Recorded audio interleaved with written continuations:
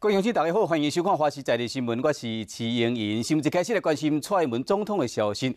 蔡英文总统第一任来第6摆出国访问，为日开始展开海洋民主之旅。头一站来到西太平洋的这个帛琉共和国，经过这个直升机，差不多有4点钟到帛琉了后呢，这侨胞拢伫机场咧等伊。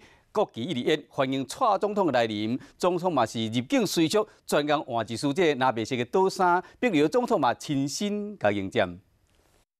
继续民进党党内初选登记，蔡总统赶到桃园机场，展开为期8天的海洋民主之路。登记完有没有比较心情比较放松？都一样啊，因为马上要开始这外交的行程嘛，蛮多事情要注意的。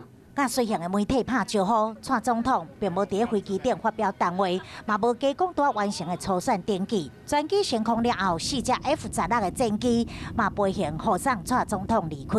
国空军正在护送总统出国，并向3军统帅致敬。 好了，我们飞行了将近4个小时呢，已经抵达了帛琉的国际机场哦。那么蔡总统已经布下了专机，接受帛琉当地居民的欢迎。那么帛琉副总统欧宜楼呢，还有警察一队也在现场来迎接蔡总统。真侪侨胞手举中华民国国旗来到现场迎接蔡总统，入境随俗，换当地衫，也个学了讲这衫真好穿。